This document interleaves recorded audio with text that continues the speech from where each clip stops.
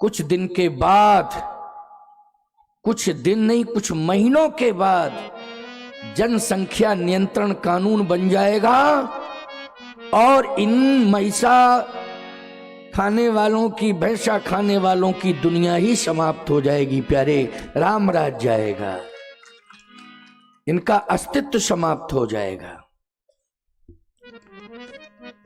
भगवान राम ने ये भैंसा, ये खरमानी, गधा, धेनु, गाय, मनुष्य तक खा जाते थे, इन सब का विनाश कर दिया। राम राज्य आ गया। आ गया कि नहीं आया? मैं एक बात कहना चाहता हूं, जो अपने को हिंदू कहता है, अगर वो भक्षा भक्ष खाता है तो निश्चित रूप से वो अपने पूर्वजों को रुला रहा है। वर्तमान में अपनी अबोध संतान को रुला रहा है। अबोध संतान, अर्थ समझना,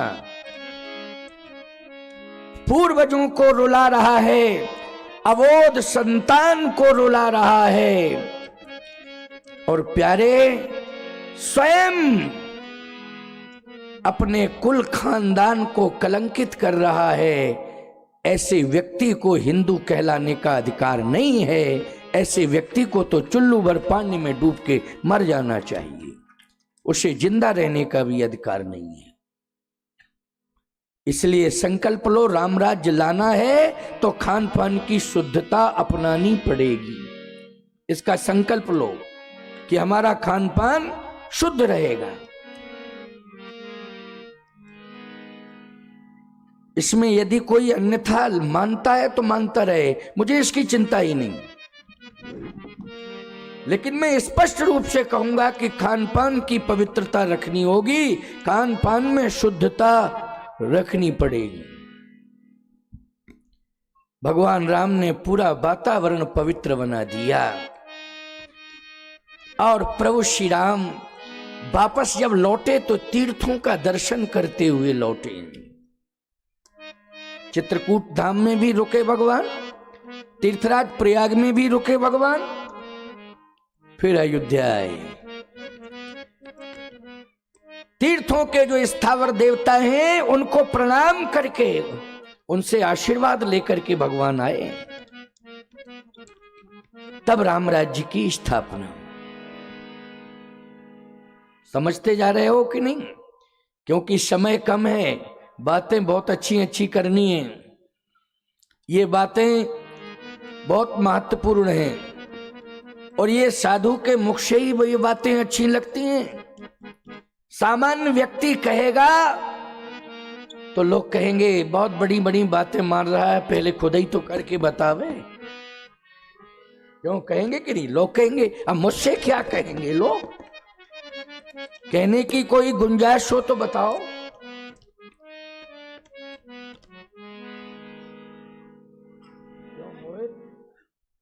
बालक है कोई? मेरे सामने कोई कह नहीं सकता है। पारदर्शिता है। प्रभु श्री राम ने जो मार्गदर्शन दिया है, पूर्वाचार्यों ने जो मार्गदर्शन दिया है, उस मार्गदर्शन को स्वीकार भी कर रहा हूं और उनके बताए हुए मार्ग पर चल भी रहा हूं प्यारे, चल भी रहा हूं। थोड़ा सा जीवन बचा है,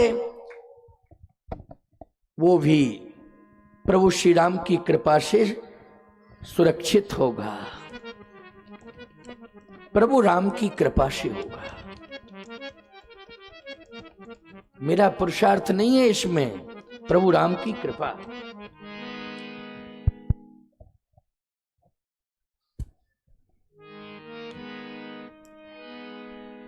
भगवान ने अयोध्या की भूमि को प्रणाम किया। जैसे अयोध्या की भूमि को प्रणाम किया तो गुरुदेव का दर्शन हो गया। धाये धरे गुरु चरण सरोर अनुज सहित अति पुलक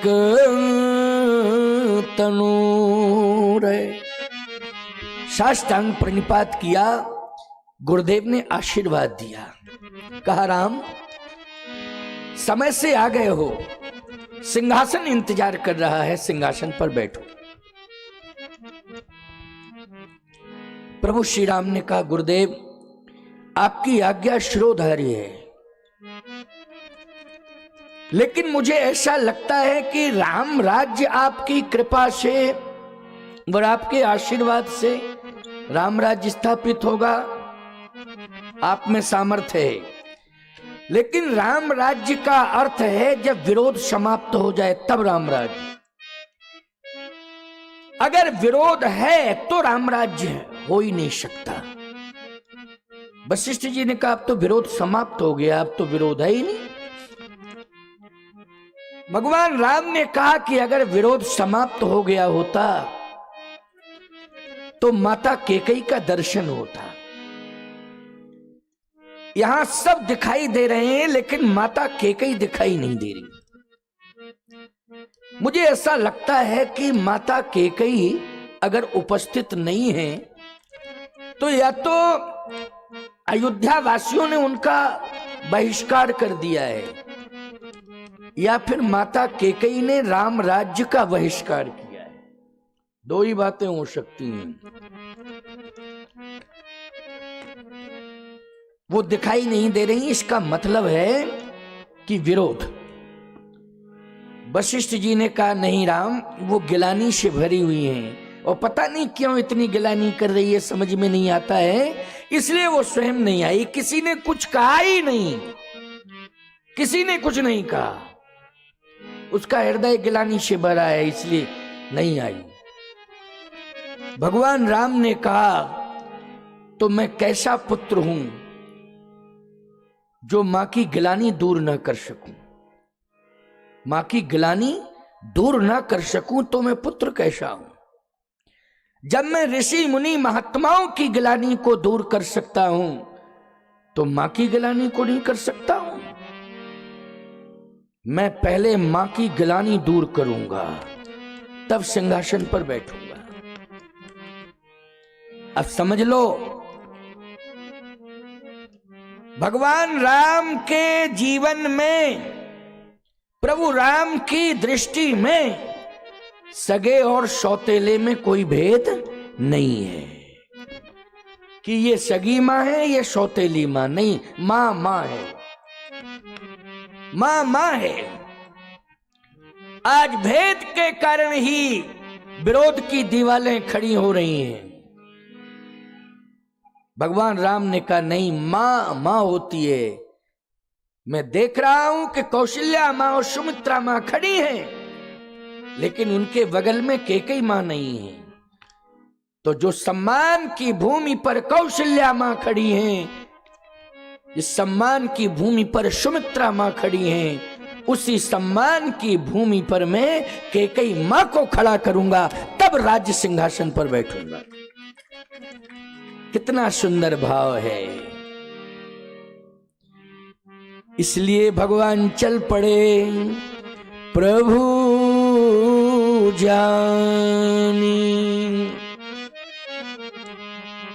कैकेयी लजानी,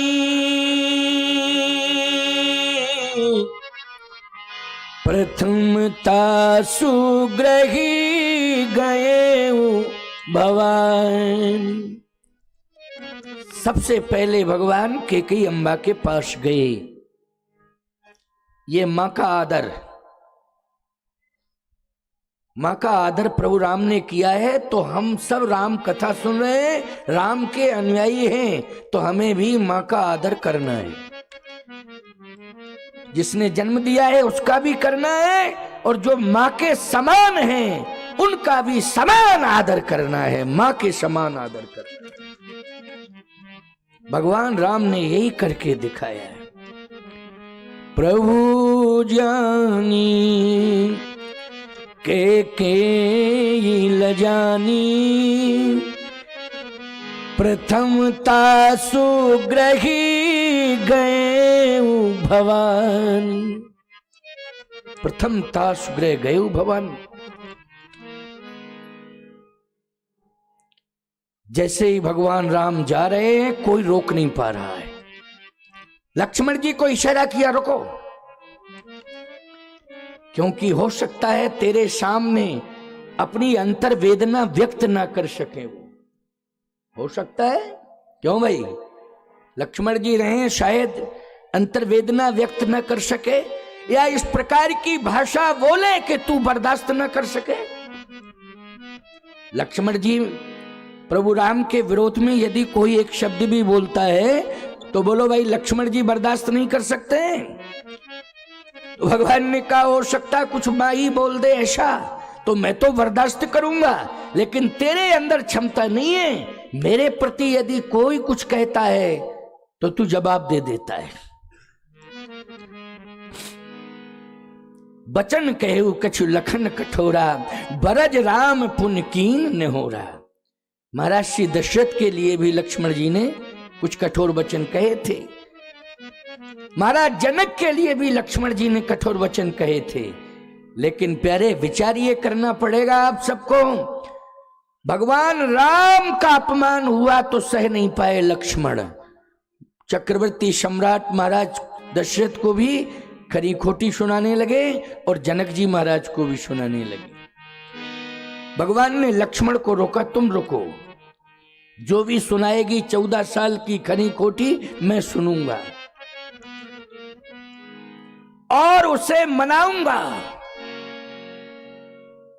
और प्रार्थना करके ले आऊंगा, और जहां पर कौशल्या मां खड़ी हैं उन्हीं के बगल में खड़ा करूंगा।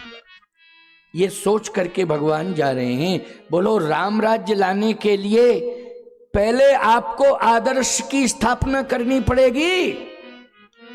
राम राज्य लाने के लिए पहले आपको चरित्र निर्माण करना पड़ेगा।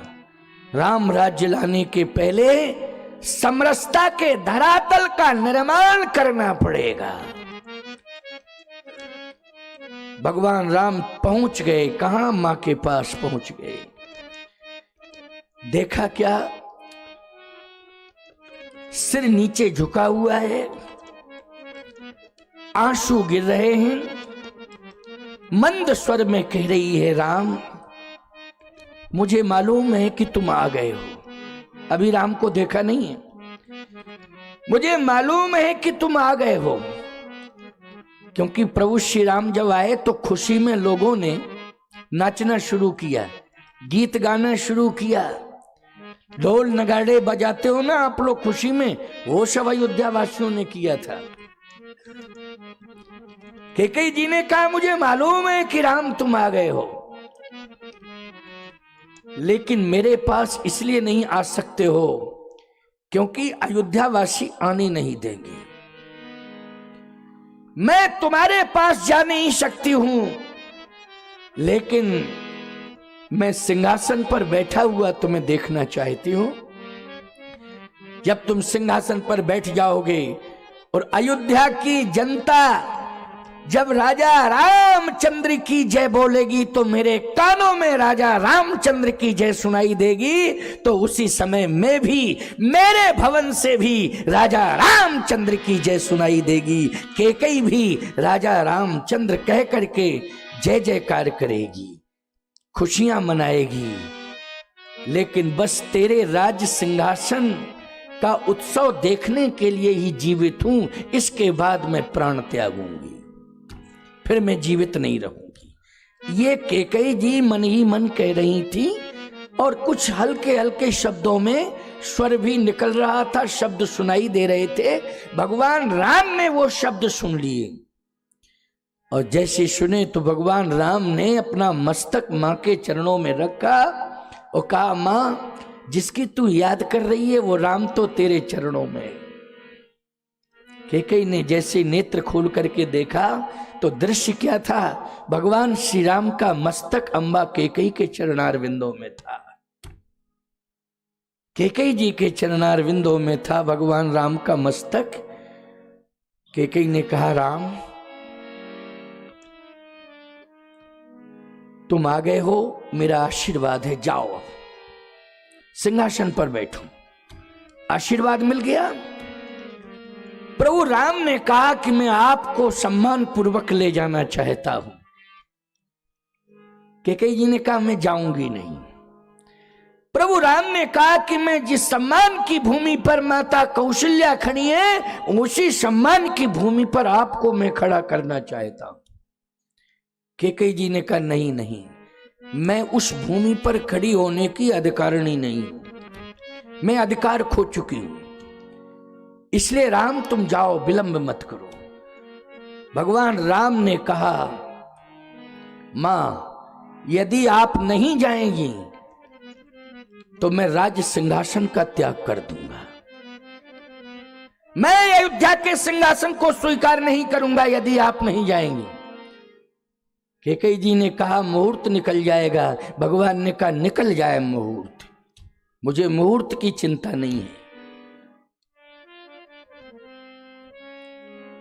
कैकेयी जी ने कहा, राम पहले ये बताओ कि वहां भरत तो नहीं है। भगवान राम ने कहा, भरत की तो मुख्य भूमिका है, वो तो है ही है। क्यों भाई? भरत जी की तो मुख्य भूमिका है। 14 साल किसने संभाला है अयोध्या को? भरत जी ने। तो भरत जी की तो मुख्य भूमिका है। भगवान राम ने कहा, वो नहीं रहेगा तो कैसे उत्सव होगा? बस जहां भरत होगा वहां कैकेयी नहीं होगा।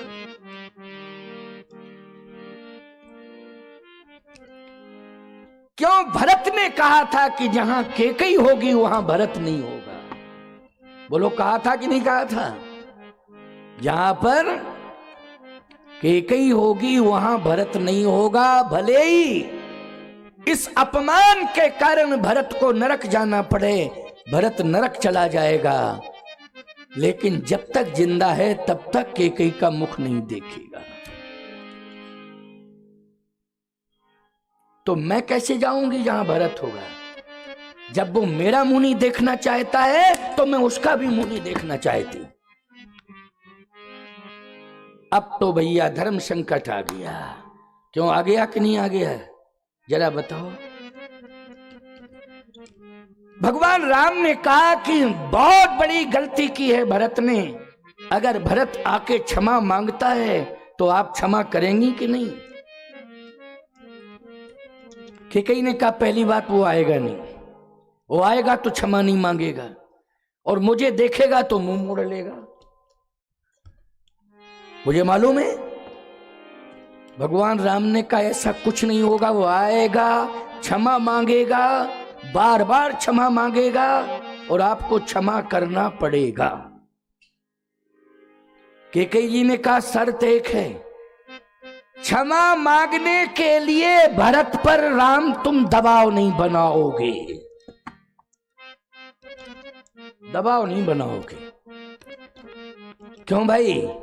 मोहल्ला वाले पुत्र पर दबाव बनाएं कि मां के सामने जाके क्षमा मांगो। धिक्कार है ऐसे बेटे को। बोलो, है धिक्कार कि नहीं? मां के प्रति कहने से समर्पण हो, धिक्कार है। मां के प्रति तो पुत्र का सहज ही समर्पण होना चाहिए। मां के प्रति सहज में ही समर्पण होना चाहिए, तब तो वो समर्पण है। आज मना मना के मोहल्ले के लोग ले जा रहे हैं कि माँ बाप से बात करो, चलो प्रणाम करो, बात करो। वो यही कंडीशन है कि नहीं? मना मना के मोहल्ले के लोग, रिश्तेदार आते हैं, रिश्तेदार मनाते हैं, तुम्हें हमारी सौगंध है, जाओ माँ बाप के पास, चलो हम लेके चलते हैं, क्षमा मांगो, उनको भोजन कराओ, उनको प्रणाम करो। धिक्कार है ऐसी संतान को, धिक्कार है ऐसी संतान को। मैं कहता हूं, ऐसी संतान को एक बार माँ बाप भले ही क्षमा कर देंगे, लेकिन भगवान की अदालत में उन्हें क्षमा नहीं किया जाएगा, बहुत बड़ा दंड दिया जाएगा। इसलिए मां बाप को मत सताओ। भगवान राम ने कहा कि भरत आएगा, क्षमा मांगेगा, और यदि आप ये बात कह रही हैं कि दबाव नहीं देना, मैं बिल्कुल दबाव नहीं दूंगा। सहज में ही भरत प्रणाम करेगा, क्षमा भी मांगेगा। आदर्श पुत्र है वो, मेरा छोटा भाई आदर्श भाई है, और इतना प्यारा दुलारा है कि पूरी दुनिया के संतों ने उसे शिरोमणि कह करके संबोधित कर दिया है। भरत संतों में शिरोमणि है, इसलिए मां भरत भरत है। शायद कई वर्षों से आपकी बातचीत नहीं हो रही है, इसलिए आप व्यथित हैं, और मैं इसका पर्दाफाश करूंगा। मां आप घबराए नहीं, मैं अभी भरत को बुलाता हूं। बहुत अच्छी बात है, सुनते जाओ। कथा समझ में आ रही है कि नहीं आ रही है? हाँ, नहीं आ रही होती तो तुम सुनते ही नहीं, लेकिन समझ में आ रही है तभी तो सुन रहे हो, और बड़े प्रेम से सुन रहे हो।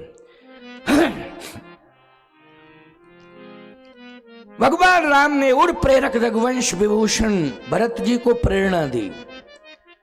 भरत जी ने गुरु वशिष्ठ जी महाराज को प्रणाम किया, कहा प्रभु की प्रेरणा, आज वो प्रेरणा विवश कर रही है कि मैं प्रभु के पास जाऊं, आपकी क्या आज्ञा है? वशिष्ठ जी ने कहा तुरंत जाओ, विलंब मत करो, तुरंत जाओ, मेरी भी आज्ञा है। भरत जी जैसे ही चले, जैसे ही भरत जी महाराज जा रहे हैं, अयोध्या की जनता सोचने लगी, लगता है कि अब राम राज्य नहीं होगा, क्योंकि जिस कैकेयी के भवन में श्री राम गए हैं, उसी कैकेयी के भवन में दशरथ जी गए थे। परिणाम यह निकला था कि राम को 14 साल के लिए बन जाना पड़ा था। अब वहीं तो राम पहुंच गए, भरत भी जा रहे हैं, कहीं 28 साल का वनवास ना हो जाए। लेकिन देखो कितना बढ़िया रहस्य, ये मंथन चल रहा है, ये मानस का मंथन है, बहुत अच्छा भाव निकलने वाला है। बस ध्यान से मन लगा के सुनना, क्योंकि आज विश्राम है कथा का। आपको तो मुगेली में ही रहना है, मुझे तो बहुत दूर जाना है।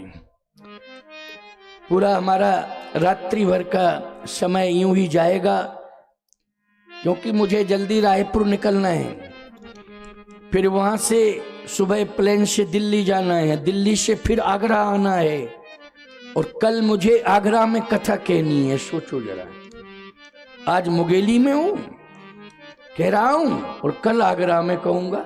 बहुत दूर है यहां से आगरा, तो भैया हमको तो यात्रा करनी है, मेरा सिस्टम तो यात्रा में ही चला जाएगा। तुम तो आनंद से सोओगे, लेकिन फिर भी मैं तुम्हें संतुष्ट करके जाऊंगा, क्योंकि आप सब अच्छे श्रोता हैं। अतिकाल में तो खैर सभी को परेशानी होती, वृद्ध लोगों को तो बहुत परेशानी है। हमारे दीनानाथ जी उपाध्याय का स्वास्थ्य भी प्रभावित, परसों गए थे रायपुर चेक कराने, 2 दिन 3 दिन जग गए, रायपुर जाना पड़ा स्वास्थ्य चेक कराने के लिए। मेरे ऊपर तो भगवान की कृपा है कि मेरा स्वास्थ्य ही चेक नहीं होता है, नहीं, भगवान की इतनी बड़ी कृपा है कि मेरा स्वास्थ्य ही चेक नहीं होता है। ठाकुर जी जो है कृपा बनाए रखें, भगवान की कृपा से ही चल रहा हूं, और आप सबके ऊपर भी भगवान की कृपा बनी रहे, ये भी मेरी प्रभु से प्रार्थना है। इसलिए सुनना, भरत जी महाराज पहुंच रहे हैं प्रभु के पास। अब कैकेयी जी ने एक बात कही कि भरत पर आप दबाव नहीं बनाएंगे, भरत यदि मुझे देख करके प्रणाम करता है, क्षमा मांगता है, तो मैं क्षमा कर दूंगी।